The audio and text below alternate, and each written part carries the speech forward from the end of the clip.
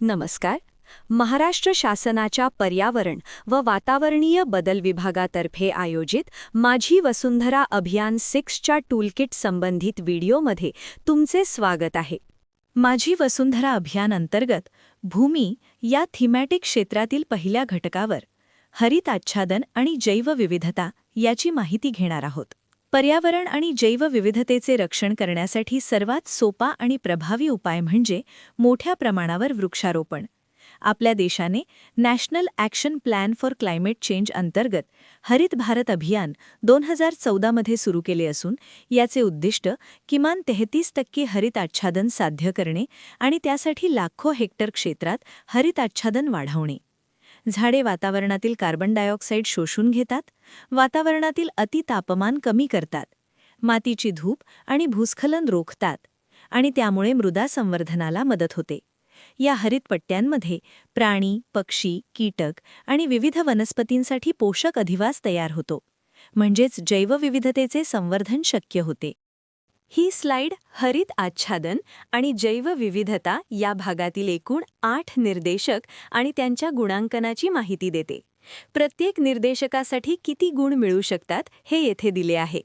एकूण गुण आहेत 2700. पहिला इंडिकेटर 1.1.1 वृक्ष योजना. किमान 33% हरित आच्छादन प्राप्त करणे. यासाठी 200 गुण आहेत. हा इंडिकेटर भूमी या थीमॅटिक क्षेत्रातील हरित आच्छादन आणि जैवविविधता या घटकातला एक नवीन निर्देशक आहे. 33% हरित आच्छादन प्राप्त करणे हा केंद्र शासनाच्या दीर्घकालीन उद्दिष्टाचा एक भाग आहे. हरित आच्छादन वाढवण्याच्या प्रगतीचा मागोवा घेण्यासाठी केंद्र शासनाने अनेक पुढाकार घेतले आहेत. असाच एक उपक्रम म्हणजे हरित भारत अभियान, ज्याचे उद्दिष्ट 5 दशलक्ष हेक्टरपर्यंत वृक्ष हरित आच्छादन वाढवणे आणि अजून 5 दशलक्ष हेक्टरपर्यंत हरित आच्छादन सुधारणे आहे. तर आपल्या स्थानिक स्वराज्य संस्थेमध्ये किती हरित आच्छादन आहे हे कसे ओळखू शकतो? त्यासाठी GIS किंवा रिमोट सेन्सिंग सारख्या तंत्रज्ञानाच्या सहाय्याने जमीन वापराचा नकाशा म्हणजे लँड यूज मॅप तयार करायचा आहे. जमीन वापराचा नकाशा म्हणजे आपल्या स्थानिक स्वराज्य संस्थेत किती हरित आच्छादन आहे, कुठे झाडं आहेत आणि कुठे लागवड करता येईल हे स्पष्ट होते. GIS किंवा रिमोट सेन्सिंगच्या सहाय्याने तयार केलेल्या जमीन वापराचा नकाशा म्हणजे लँड यूज मॅपची प्रत तयार ठेवावी. 33% हरित आच्छादन प्राप्त करण्यासाठी स्थानिक स्वराज्य संस्थेने तयार केलेला वृक्ष योजना आराखडा असणे आवश्यक आहे. जर आपल्या स्थानिक स्वराज्य संस्थेत आधीच 33% हरित आच्छादन असेल तरीसुद्धा ते पुढे वाढवण्यासाठी वृक्ष योजना आराखडा तयार करायचा आहे. आणि जर 33% हरित आच्छादन पूर्ण झालेले नसेल तरी भविष्यात किमान 33% हरित आच्छादन मिळवण्यासाठी वृक्ष योजना आराखडा तयार करायचा आहे. ही वृक्ष योजना स्थानिक स्वराज्य संस्थेच्या संकेतस्थळावर प्रकाशित करायची आहे. माझी वसुंधरा अभियान 6 मध्ये वृक्ष योजना आराखड्याची अंमलबजावणीचे अपेक्षित ध्येय प्राप्त झाले असेल तर तुम्हाला गुण मिळतील. यासाठी लागणारी आवश्यक तपशील जसे की GIS किंवा रिमोट सेन्सिंगचा वापर करून तयार केलेला स्थानिक स्वराज्य संस्थेत हरित आच्छादन दाखवणारा जमीन वापराचा नकाशा तयार करून ठेवावा. आणि हा जमीन वापराचा नकाशा स्थानिक नियोजन प्राधिकरणाने अधिकृत केलेला असावा. स्थानिक स्वराज्य संस्थेत किमान 33% हरित आच्छादन मिळवण्यासाठी तयार करण्यात आलेल्या वृक्ष योजनेच्या आराखड्यात सध्या असलेल्या झाडांची संख्या आणि वृक्ष आच्छादन नमूद केलेले असावे. ही वृक्ष योजना स्थानिक स्वराज्य संस्थेच्या अधिकृत संकेतस्थळावर प्रकाशित केलेली असावी. तसेच स्थानिक स्वराज्य संस्थेने वृक्ष योजनेच्या अंमलबजावणीबाबत दिलेल्या स्वघोषणा प्रमाणपत्राची प्रत तयार ठेवावी. सादर केलेली माहिती किंवा कागदपत्रे चुकीची अथवा अवैध, खोटी आढळल्यास स्थानिक स्वराज्य संस्थेला स्पर्धेतून अपात्र केले जाईल. MIS भरण्यासाठी आवश्यक असलेला तपशील तसेच एक्सेल शीटचे नमुने टूल किटमध्ये दर्शविण्यात आलेले आहेत. त्यानुसार स्थानिक स्वराज्य संस्थांनी केलेल्या कामाचा तपशील गोळा करून सेव्ह करून ठेवावा. यामुळे MIS भरताना होणाऱ्या चुका टाळल्या जातील आणि अचूक माहिती कमी वेळेत भरून अर्ली बर्ड्सचे गुण मिळवणे सोपे होईल. पुढचा इंडिकेटर 1.1.2 माझी वसुंधरा अभियानादरम्यान लावलेली आणि जगवलेली एकूण झाडे. यासाठी 1500 गुण आहेत. वृक्षारोपण हे आपल्या पृथ्वीचे आणि पर्यावरणाचे संरक्षण करण्यासाठी फार महत्त्वाचे आहे. झाडे हवेतला कार्बन डायऑक्साईड शोषून घेतात, मृदेचे संवर्धन करतात आणि जैवविविधतेच्या वाढीसाठी चांगले वातावरण तयार करतात. स्थानिक स्वराज्य संस्थांनी वृक्षारोपण मोहिमा हाती घेतल्या होत्या की नाही आणि त्यांनी लावलेल्या एकूण स्थानिक झाडांपैकी किती झाडे जगवली आणि त्यांची काळजी घेतली का, हे या निर्देशकाद्वारे तपासले जाते. माझी वसुंधरा अभियान 6 अंतर्गत स्थानिक प्रजातींची झाडे आपल्याला लावायची आहेत आणि त्यांची देखभाल करायची आहे. ह्या घटकाला रिलेटिव्ह मार्किंगनुसार गुण दिले जातील, म्हणजे जी स्थानिक स्वराज्य संस्था सर्वोत्तम काम करतील त्यांना सर्वाधिक गुण मिळतील आणि त्या तुलनेनुसार बाकीच्या स्वराज्य संस्थांना गुण मिळतील. माझी वसुंधरा अभियान 6 अंतर्गत बांबू, खस आणि शेवगा ह्या प्रजातींच्या लागवड करण्यावर भर द्यावा. इथे अपकीपसाठी म्हणजे अभियान 1, 2, 3, 4 आणि 5 मध्ये लागवड केलेल्या आणि जगवलेल्या वृक्षांची देखभाल तुम्ही माझी वसुंधरा अभियान 6 दरम्यान कशी करता यासाठी गुण आहेत. यासाठी लागणारी आवश्यक तपशील जसे की लावलेली आणि जगवलेल्या सर्व झाडे स्थानिक प्रजातींसह तसेच बांबू, खस आणि शेवगा यांची माहिती विहित केलेल्या एक्सेलमध्ये भरायची आहे. झाडे ज्या ज्या ठिकाणी लावली आहेत त्या सर्व ठिकाणांच्या गुगल मॅपच्या वैध लिंक द्यायच्या आहेत. वृक्षारोपण कुठे आणि किती क्षेत्रात झाले आहे यामध्ये भूखंडांवर तयार झालेले एकूण क्षेत्र मीटरमध्ये आणि रस्त्याच्या कडेला केलेल्या वृक्षारोपणाची एकूण लांबी मीटरमध्ये दाखवायची आहे. वृक्षारोपण उपक्रमाचे कार्यारंभ आदेश, त्या उपक्रमावर झालेल्या खर्चाचा आर्थिक प्रगती अहवाल आणि पुढील 1 ते 2 वर्षे झाडांची देखभालीचा कशी केली जाणार आहे याची योजना द्यायची आहे. तसेच वृक्षारोपणाच्या आधी, दरम्यान आणि माझी वसुंधरा अभियान 6च्या शेवटच्या 2 महिन्यात काढलेली जिओ टॅग केलेली छायाचित्रे सादर करायची आहेत. पुढचा इंडिकेटर 1.1.3 नवीन हरित क्षेत्रांचा विकास व देखभाल यासाठी 300 गुण आहेत. 33% हरित आच्छादन प्राप्त नवीन हरित क्षेत्र तयार करताना आपल्याकडे काही पारंपरिक संकल्पना आहेत ज्या आजही तितक्याच प्रभावी आहेत. उदाहरणार्थ देवराई, पंचवटी, घनवन, नगरवन आणि मियावाकी वन या संकल्पना केवळ वृक्ष लागवडीपुरत्या मर्यादित नाहीत, तर त्या जैवविविधतेचं संवर्धन, स्थानिक हवामानाचा समतोल आणि यासाठीही महत्त्वाच्या आहेत. स्थानिक स्वराज्य संस्थेने आपल्या हद्दीत नवीन हरित क्षेत्र जसे की देवराई, पंचवटी, घनवन आणि मियावाकी तयार करायचे आहेत. माझी वसुंधरा अभियान 1, 2, 3, 4 व 5 दरम्यान तयार केलेल्या नवीन हरित क्षेत्र यांची देखभाल माझी वसुंधरा अभियान 6.0च्या दरम्यान करायची आहे. यासाठी लागणारी आवश्यक तपशील जसे की देवराई, पंचवटी, घनवन, मियावाकी अशा प्रकारच्या तयार केलेल्या नवीन हरित क्षेत्रांचा तपशील विहित एक्सेल शीटमध्ये नमूद करायचा आहे. हरित क्षेत्र निर्मिती करण्याआधी, दरम्यान आणि माझी वसुंधरा अभियान 6च्या शेवटच्या 2 महिन्यात असे 3ही टप्पे दाखवणारी 1 ते 2 MB साईजची जिओ टॅग केलेली छायाचित्रे सादर करायची आहेत. स्थानिक स्वराज्य संस्थेने नव्या हरित क्षेत्रासाठी दिलेले कार्यारंभ आदेश आणि त्यावरील खर्चाची माहिती असलेला आर्थिक प्रगती अहवाल जोडायचा आहे. तयार केलेल्या हरित क्षेत्राचे स्थानाची वैध गुगल मॅप लिंक जतन करायची आहे. तसेच माझी वसुंधरा अभियान 1, 2, 3, 4 व 5 दरम्यान तयार केलेल्या नवीन हरित क्षेत्र या दरम्यान तयार केलेल्या हरित क्षेत्रांची संख्या, गुगल मॅपवरचं लोकेशन आणि पुढील 1 ते 2 वर्षासाठीचा देखभाल अहवाल द्यायचा आहे. अमृत शहरांसाठी हरित क्षेत्र विकसित करण्यासाठी किमान 10,000 चौफुटांपेक्षा अधिक क्षेत्रफळ असणे आवश्यक आहे. अमृत शहरे वगळून हरित क्षेत्र विकसित करण्यासाठी किमान 5,000 चौफुटांपेक्षा अधिक क्षेत्रफळ असणे आवश्यक आहे. पुढचा इंडिकेटर 1.1.4 महाराष्ट्र नागरिक क्षेत्र वृक्ष संरक्षण व जतन अधिनियम 1975ची अंमलबजावणी यासाठी 150 गुण आहेत. महाराष्ट्र नागरिक क्षेत्र वृक्ष संरक्षण व जतन अधिनियम 1975 कायदा शहरी भागांतील वृक्षांचे संरक्षण आणि संवर्धन करण्यासाठीचा एक कायदा आहे. या अधिनियमामध्ये जुलै 2021च्या सुधारणेनुसार शहरी भागात वृक्षतोड नियंत्रित करण्यासाठी प्रकल्पाअंतर्गत तोडल्या जाणाऱ्या झाडांच्या संचित म्हणजे क्युम्युलेटिव्ह वयानुसार पुरेशा प्रमाणात झाडे लावून वृक्षतोड नियंत्रित करण्यासाठी तरतूद केली आहे.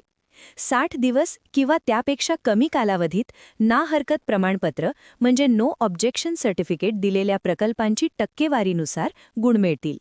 स्थानिक स्वराज्य संस्थेने प्रदान केलेल्या ना हरकत प्रमाणपत्रानुसार नो ऑब्जेक्शन सर्टिफिकेटनुसार नुकसान भरपाई म्हणून केलेल्या लागवडीची टक्केवारीनुसार तसेच नुकसान भरपाई म्हणून लागवड केलेल्या वृक्षांपैकी जगलेल्या वृक्षांची टक्केवारीनुसार गुण मिळतील.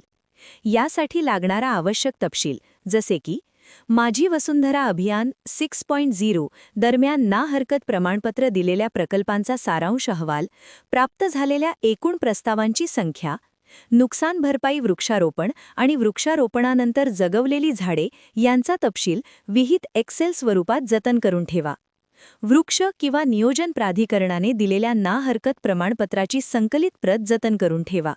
स्थानिक वृक्ष प्राधिकरण म्हणजे लोकल ट्री अथॉरिटी आणि महाराष्ट्र राज्य वृक्ष प्राधिकरण म्हणजे महाराष्ट्र स्टेट ट्री अथॉरिटी यांद्वारे देण्यात आलेली ना हरकत प्रमाणपत्रे मूल्यमापनासाठी विचारात घेतली जातील. पुढचा इंडिकेटर 1.1.5 जिओ टॅगिंगसह वृक्षगणना, तयारी व प्रकाशन यासाठी 150 गुण आहेत. वृक्षगणना अहवाल पर्यावरण व्यवस्थापन आणि जैवविविधता संवर्धनासाठी महत्त्वाचा आहे, कारण त्यात वृक्ष प्रजातींची यादी, त्यांच्या आरोग्याचे मूल्यांकन करतो आणि त्यांच्या स्थानाचे नकाशे असतात.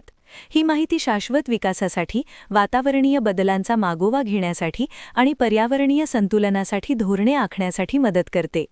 या इंडिकेटरमध्ये माझी वसुंधरा अभियान 6च्या पूर्वी किंवा दरम्यान तयार व प्रकाशित केलेल्या जिओ टॅगिंगसह वृक्षगणना अहवालासाठी गुण देण्यात येतील.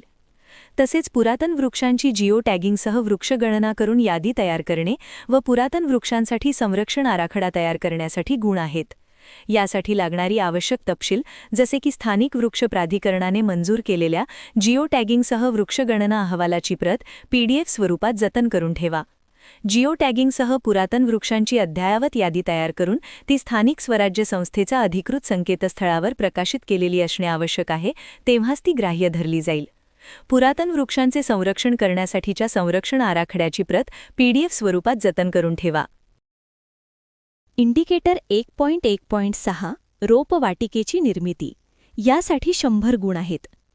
आपण 33% हरित आच्छादनाचे उद्दिष्ट साध्य करण्यासाठी झाडं लावण्याचा, जगवण्याचा आणि नवीन हरित क्षेत्र तयार करण्याचा संकल्प केला आहे. पण यासाठी लागणारी सर्वात मूलभूत आणि अत्यावश्यक गोष्ट म्हणजे चांगल्या प्रतीची आणि भरपूर प्रमाणात रोपं उपलब्ध असणे. रोपवाटिकेचे एकूण क्षेत्रफळ किती आहे हे चौरस मीटरमध्ये नमूद करायचे आहे. तसेच माझी वसुंधरा अभियान 6.0च्या काळात या रोपवाटिकेत उपलब्ध असलेली किंवा विक्री करण्यात आलेली अशी किमान 4 फुटांपेक्षा जास्त उंचीची रोपे एकूण किती होती याची संख्या द्यायची आहे. यासाठी लागणारी आवश्यक तपशील जसे की यामध्ये स्थानिक संस्थेने स्वतः तयार केलेल्या तसेच खाजगी रोपवाटिकांची एकूण संख्या नमूद करायची आहे. प्रत्येक रोपवाटिकेचे क्षेत्रफळ किती आहे हे चौरस मीटरमध्ये सांगायचे आहे. त्या रोपवाटिकांमधून उपलब्ध करून दिलेल्या किंवा विक्री केलेल्या रोपांचा सविस्तर तपशील विहित केलेल्या एक्सेल फाईलमध्ये भरायचा आहे. प्रत्येक रोपवाटिकेचे स्थान गुगल मॅपच्या लिंकद्वारे दाखवायचे आहे. रोपवाटिकांची 1 ते 2 MB साईजची जिओ टॅग केलेली छायाचित्रे सादर करायची आहेत. निर्देशक 1.1.7 लोक जैवविविधता नोंदवही तयार करणे यासाठी 150 गुण आहेत. जैवविविधता कायदा 2002 नुसार शहरातील स्थानिक जैविक संसाधनांचे दस्तऐवजीकरण व संरक्षण करणे अत्यावश्यक आहे. ही प्रक्रिया केवळ कायद्याची पूर्तता नाही, तर आपल्या परिसरातील जैवविविधतेच्या संपत्तीचे मूल्य ओळखून ती पुढील पिढ्यांसाठी जपण्याचा प्रयत्न आहे. या निर्देशकाअंतर्गत काही आवश्यक कामे निश्चित केली आहेत. शहरात जैवविविधता व्यवस्थापन समिती BMCची स्थापना करणे. ही समितीच शहरातील जैवविविधता नोंदवही तयार करते. BMCने तयार केलेल्या आणि मंजूर केलेल्या PBRचे प्रमाणपत्र तयार असणे आवश्यक आहे. ही नोंदवही म्हणजे शहरात आढळणाऱ्या वनस्पती, प्राणी, शेती पद्धती, पारंपरिक ज्ञान यांचे विस्तृत दस्तऐवज असतो. राष्ट्रीय जैवविविधता प्राधिकरणाने जारी केलेल्या मार्गदर्शक तत्वांनुसार BMCने तयार केलेल्या कृती आराखड्याची प्रत उपलब्ध असावी. या कृती आराखड्यामध्ये जैवविविधतेचे संरक्षण, वापर व संवर्धनासाठी योजना नमूद केलेल्या असतात. जैवविविधता कायदा 2002शी संबंधित क्षमतावृद्धीचे कार्यक्रम घ्यायचे आहेत, तसेच जैवविविधता व्यवस्थापन आराखडा तयार करायचा आहे. यासाठी लागणारी आवश्यक तपशील जसे की सर्वप्रथम BMC स्थापन झाल्याचे आदेश किंवा पत्र आणि त्यामधील सदस्यांची यादी द्यायची आहे. BMCने माझी वसुंधरा अभियान 6 दरम्यान बैठकांचे आयोजन केले. त्या बैठकींच्या इतिवृत्तांच्या प्रती सादर करायच्या आहेत. BMCने जैवविविधता नोंदवही म्हणजेच PBR तयार करून ती मंजूर केली आहे असे सांगणारे BMCकडील प्रमाणपत्र द्यायचे आहे. तसेच PBR तयार व प्रकाशित झाल्यानंतर तो महाराष्ट्र राज्य जैवविविधता मंडळाला सादर केला आहे याची प्रत जोडायची आहे. राष्ट्रीय जैवविविधता प्राधिकरणाने दिलेल्या मार्गदर्शक तत्वांनुसार तयार केलेल्या BMC कृती आराखड्याची प्रत द्यायची आहे. यासोबत जैवविविधता कायदा 2002 संदर्भातील प्रशिक्षण किंवा क्षमतावृद्धी कार्यक्रमांचा तपशील आणि जैवविविधता व्यवस्थापन आराखड्याची प्रत जतन करून ठेवा. निर्देशक 1.1.8 बीज संकलन केंद्र 150 गुण आहेत. बीज संकलन केंद्र म्हणजे वेगवेगळ्या स्थानिक वृक्ष प्रजातींच्या बियांचं संरक्षण आणि साठवणूक करण्याचं ठिकाण. आपल्या शहरातील परिसंस्थेमध्ये जे नैसर्गिकरित्या आढळणारे वृक्ष आहेत त्यांच्या बिया गोळा करून सुरक्षित ठेवण्याचं कार्य या केंद्रात केलं जातं. याला सीड बँक देखील म्हणतात, कारण ही केवळ बीज साठवणूक नव्हे तर भविष्यातील हरित परिसंस्थेची बँक आहे. बीज संकलन व बीज गोळे सीड बॉल बनवण्याकरिता जनजागृती उपक्रम राबवायचे आहेत. बीज संकलन केंद्राची निर्मिती तुम्हाला करायची आहे. बियांचा वापर बीज पेरणीसाठी तसेच सीड बॉल किंवा बीज गोळे तयार करण्यासाठी करता येतो. यासाठी लागणारी आवश्यक तपशील जसे की जनजागृतीसाठी राबवलेल्या उपक्रमांचा तपशील विहित केलेल्या एक्सेल फाईलमध्ये भरायचा आहे. बीज संकलन केंद्राची गुगल मॅप लिंक द्यायची आहे. साठवणूक केलेल्या बियाण्यांची नोंद असलेले लॉगबुक सादर करायचे आहे. बीज संकलन केंद्रात पॅकेजिंग व लेबलिंग करून सुरक्षित ठेवलेल्या बियाण्यांची 1 ते 2 MB साईजची जिओ टॅग केलेली छायाचित्रे जतन करायची आहेत. तसेच ही बियाणे वापरताना म्हणजे बीज बोळे तयार करताना किंवा वृक्षारोपणासाठी वापरताना काढलेली जिओ टॅग केलेली छायाचित्रे 1 ते 2 MB साईजची सादर करायची आहेत. याशिवाय वापरात आलेल्या बियाण्यांचा सविस्तर तपशीलही विहित केलेल्या एक्सेल फाईलमध्ये नमूद करायचा आहे. अशा प्रकारे भूमी या थेमॅटिक एरियामधील जैवविविधता आणि हरित आच्छादन हा भाग समाप्त झालेला आहे. धन्यवाद. असेच मार्गदर्शनात्मक व्हिडिओ पाहण्यासाठी माझी वसुंधरा अभियानाच्या YouTube, Instagram, Facebook पेजला फॉलो करा.